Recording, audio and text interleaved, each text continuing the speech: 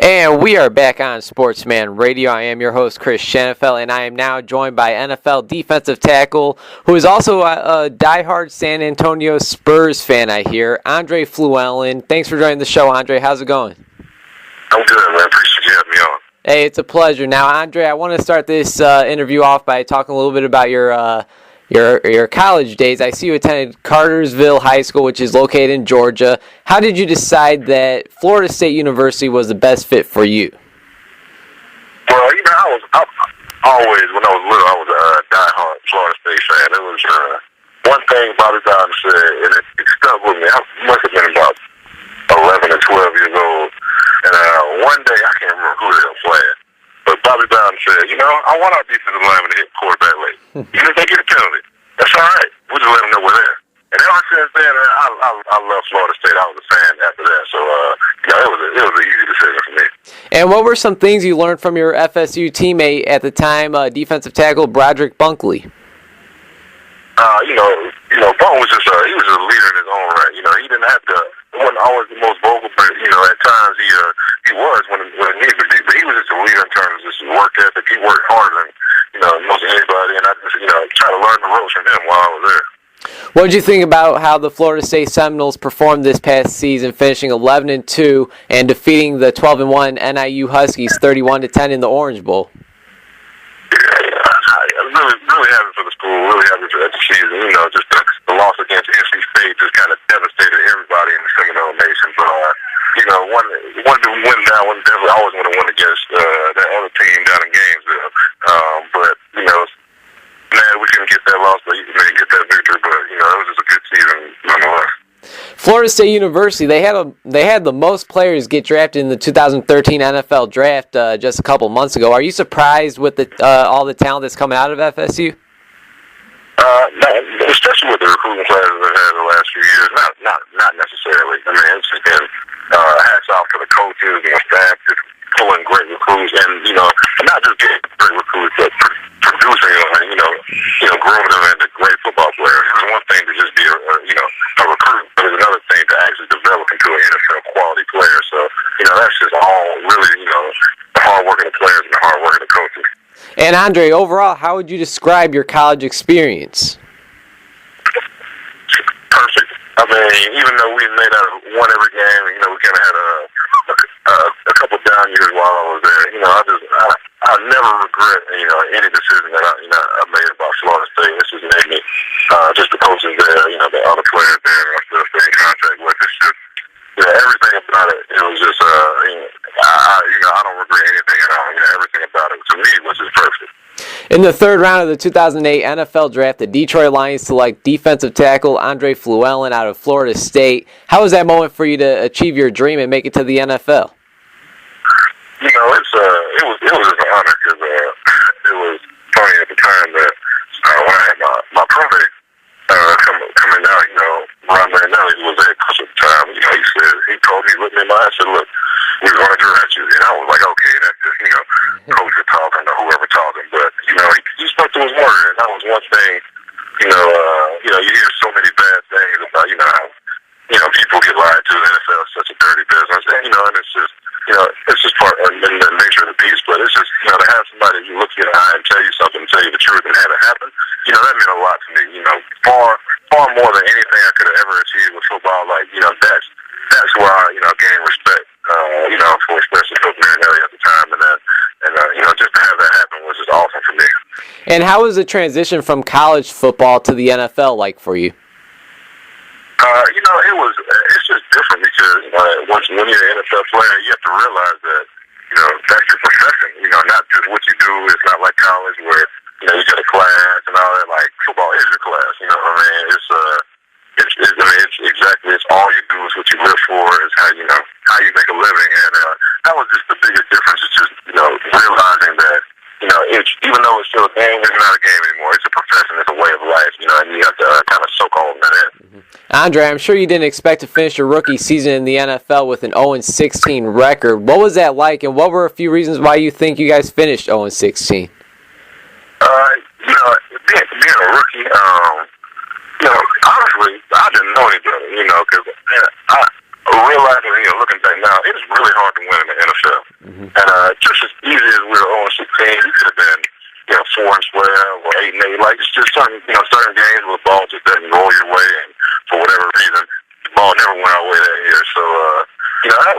obviously that was one of the hardest things I've ever been through. But at the end of the day, at the same time, it makes every victory just that much more sweet after that.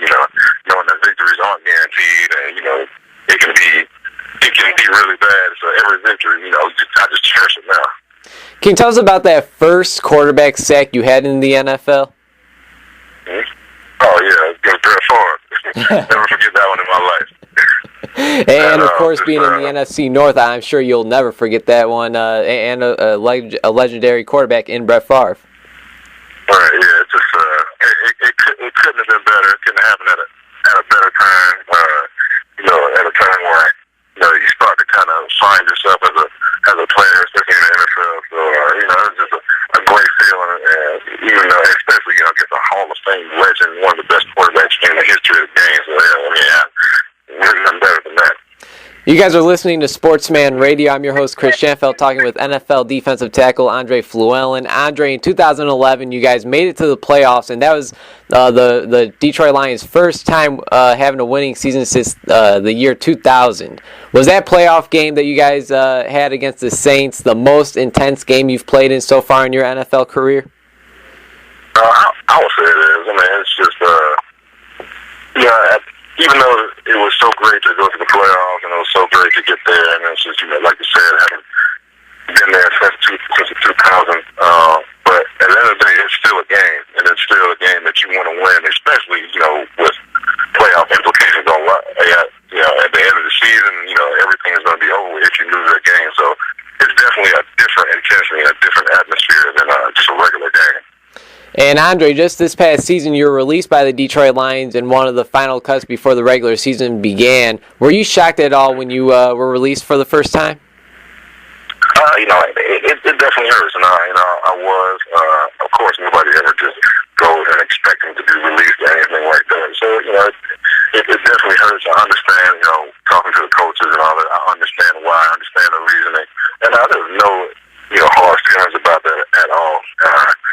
Anything like that. So, but yeah, it definitely hurts because it's just something that you put everything into. It's like I said before, it's just a way of life. It's just what I do. It's a part of who I am. So when to have that taken from you, it really hurts. And but again, it's just a thing that you learn from that, and you learn from what do I do next time in order for that not to happen. So it's all a stepping stone in life. Right, and then you would then spend some time at the Miami Dolphins before going back to Detroit to spend the final 3 games of the season there in Detroit. And in April, you signed with an NFC North rival in the Chicago Bears. How in the world did that happen? It just happened, really. Trying to get things done with Detroit, but just didn't work out. And then the Bears called me in for a workout. I had a good workout, and they said they wanted to sign me. So, at the end of the day, it was a rival, but shoot, after they signed me, they were no longer a rival. They were our best friends. So that's just the way you look at it. It's still a game, and wherever you are, you want to do whatever you can to help the team win. Andre, I'm a big Bears fan, and as a Bears fan, I was pretty excited to see you do your thing here in Chicago and provide us some depth at the defensive tackle position. But a little bit after a month after signing with the Bears, you were released due to missing a couple OTA sessions, I believe, because you're actually at the NFL Journalism Boot Camp. Isn't that right? Mm-hmm. Yeah, that's right. And how was that? I mean, did you think that a team was going to be able to cut you because you were attending an NFL program? Yeah, I didn't,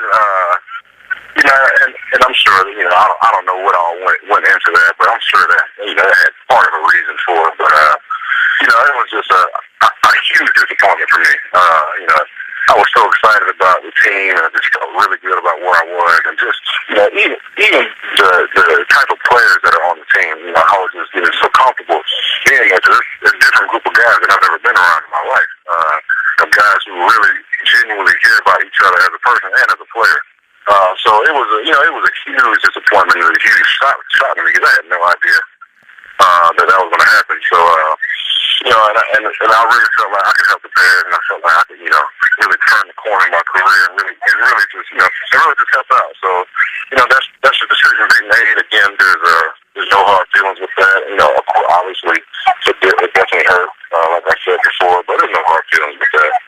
Well, I know the Bears are still looking at depth at defensive tackle. I know they just brought in a guy from New England not too long ago. I really hope they bring you in and, give you another workout and give you another chance, man. But, Andre, I really do appreciate your time. I have just a few fun questions to get to you. I have just a few fun questions to ask you, and then I want to talk a little bit about the San Antonio Spurs. Does that sound good? Okay. Yeah, that sounds good. Go ahead. All right, Andre, what is your favorite TV show and movie? All right, favorite TV show. All right, to be honest, I don't really watch much TV, but the show that I've seen a couple times lately, because it's my brother's favorite TV show, he made me watch it, is Sons of Anarchy. And I could see myself kind of watching that a little more. I mean, it was a pretty good show, but me, I don't really watch TV, though, to be honest. All right. Favorite movie? Favorite movie is Negotiator with Samuel L. Jackson. What do you like to do in your free time? Free time, I would really say there's probably three things. One is, especially during the season, if you have a little bit of free time, sleep is one. That's my favorite pastime. Probably eat and, I'm a big reader, so I read a lot too, though. So I read a lot of books. I read my Bible a lot, so so I would say sleep, eat, and read, not in any particular order. All right, now you mentioned eating. You are a defensive lineman, so I know you like to eat. I didn't even need to have you tell me that. But what is your favorite thing to eat? Favorite thing? Oh man, I would either have to say I'm a sucker for French fries. And I won't go I'll go to I love Checkers or Rallies, whichever one. French fries. I'll go there and just get a fry and a bottle of water. I think I'm the only person that'll ever do that. But I love French fries, and sometimes I gotta be careful on my French fry intake. Andre, you're on Twitter at Fluellen96. If it wasn't for the magic of Twitter and social media, we wouldn't be doing this interview right now, so I do really appreciate it. Why do you make it important to connect with your fans? It's the one thing about me, I am so anti-social media. It's like I'm not a Facebooker, I'm not an Instagrammer. I'm just anti-social media. But, when somebody told me, hey, you should try to get on Twitter, it's just a way to just kind of give fans to see a personal side of me. I try to actually be me when I'm speaking, and I try to, be me when I say certain things, and so that's really the reason why I do it, trying to give the fans, more personal side of me. But if it weren't for that, I would not be on Twitter. I'm not even going to lie. If you're able to meet any famous person, who would that be and why? Tim Duncan. Tim Duncan. All right, and we'll get to that later. As I said earlier, you are a huge San Antonio Spurs fan, so we'll definitely get to that later. And last but not least, what is something about Andre Fluellen that many people do not know about? Let's see. People don't know about. Let's see. I think one thing that I really, really, really my passion. I really want to do missionary work in Africa and in Nepal. Those are two places I really want to go to and do some missionary work and all that kind of stuff. Really kind of, go into the jungle and live in the jungle and live with the people who live there and not live in luxury and go there. That's one thing I really want to do. So that's kind of my passion is really helping people. But I want to go with places where nobody would be willing to go to really help people. All right. That's actually pretty interesting. Now, Andre, let's move on, and we have the San Antonio Spurs taking on the defending champs, the Miami Heat, in the NBA Finals. And your Spurs took Game 1 Thursday night. Like I said, you are a big Spurs fan. I take it you have the Spurs winning it all, right, Andre? Oh, no doubt at all. And there are. I have to say this. There are a few people who I bet on Twitter last night. I bet $1. So I have to make sure that these people hit a repo man, because the repo man is coming. But yeah, every game I've been betting $1, and any dollar that I win, I'm donating to a different society, to a different foundation. So, but yeah, huge Spurs fan, got them going all the way. I got them sweeping the Heat, all that. All right, now, Andre, I also have said on the record that I see the Spurs winning this series in 6 or maybe 7 games. So I'm going to have to bet you $1, man. And if I do lose that bet, hey, I wouldn't mind donating that $1 to a charity or a foundation. Right, yeah. But I'm thinking that I'm only going to win $4 because the broom is coming out real quick. Now, Andre, Kobe Bryant was drafted into the NBA in 1996 and has won 5 champions. Tim Duncan drafted into the NBA in 1997 and has won 4 championships and is facing his 5th right now. Now, I know they're 2 totally different players, but who would you rather have, Kobe or Duncan? Oh, man. You know what? I'm going to have to go with my guy. I'm going with Tim Duncan. It's just, I don't know, and don't quote me on this, but I guess it is, can't quote it. But I don't know if there's anybody who's top 15 win more than he has, especially with the guys that they brought in with him. But him by himself, to me, he's the best power forward, not, best power forward in the history of the game, and one of the best players in the history of the game. So I'm going to go with Tim Duncan, and I'm just extremely biased, too, because I am a humongous Kobe fan, too, but I can't pick Kobe over Tim Duncan. That'd be, blasphemy to myself, so I'm pick Tim Duncan. Now, I didn't even ask you this. How did you become a Spurs fan in the first place? So, one, I was a Spurs fan, back, especially in the David Robinson days, because, the Admiral was one of my favorite players. And then, everybody hated on Tim Duncan. And everybody said Tim Duncan is so boring. And I used to love watching Tim Duncan. And I used to love it when he shoots the ball off the glass and hits the backboard. Like, I don't know why. I love the technical part of things. I think that's why I like Tim Duncan so much and like the Spurs so much, because it's such a technical and fundamental team. And that's kind of how, that was the things that I really like about sports, is when you can be technically and fundamentally sound and whoop people, and that's what I like. No flashiness, none of that. I don't need any of that. Hey, and I'll tell you this, I'm not the biggest Tim Duncan fan. I certainly respect the heck out of the guy, and I'll tell you this, he does not get the attention and respect that he deserves because, like I said earlier, he's chasing his 5th championship and is already winning the series 1-0 against the Miami Heat. So much respect to Tim Duncan. I would not say he's my favorite player of all time, though, man. I think I'm probably one of the few that would say that, but I really mean that, though. Hey, and I respect you for that. You don't see Tim Duncan getting a lot of attention, but Andre, you say Spurs in 4. You see the Spurs sweeping the Miami Heat. Yeah. I think we don't even need a dustpan. Just sweep it right into the garbage. Oh, that's great. That is great. Andre, I really do appreciate your time, man. One last thing I want to talk about. I seen on your Twitter page, and I have to let you talk about it. On June 22nd, yourself and NFL running back Ronnie Brown are holding a football camp at Cartersville High School, where you guys are both alumni at. You want to tell us a bit about that? Yeah, sure. Again, like you said, June 22nd is a free camp, kids 8 to 18. This is really something that me and Ryan have been passionate about. This is our 3rd year putting it on. And, Cartersville is such a small city, just kind of in the middle of nowhere. But, not really much going on. You don't see too many NFL players or anybody famous coming through there. So it's just a chance that kids get to see us, kids get to interact with us, and kids really get to, we can really teach life skills. A lot of times we'll be football coaches and we'll coach them up, but, we'll tell them, hey, you may not make it to the NFL. You have to work just as hard at everything else as you do playing football. So that's what our main objective is. Free camp, like I said. I just hope every kid who's around in Bartow County comes on out.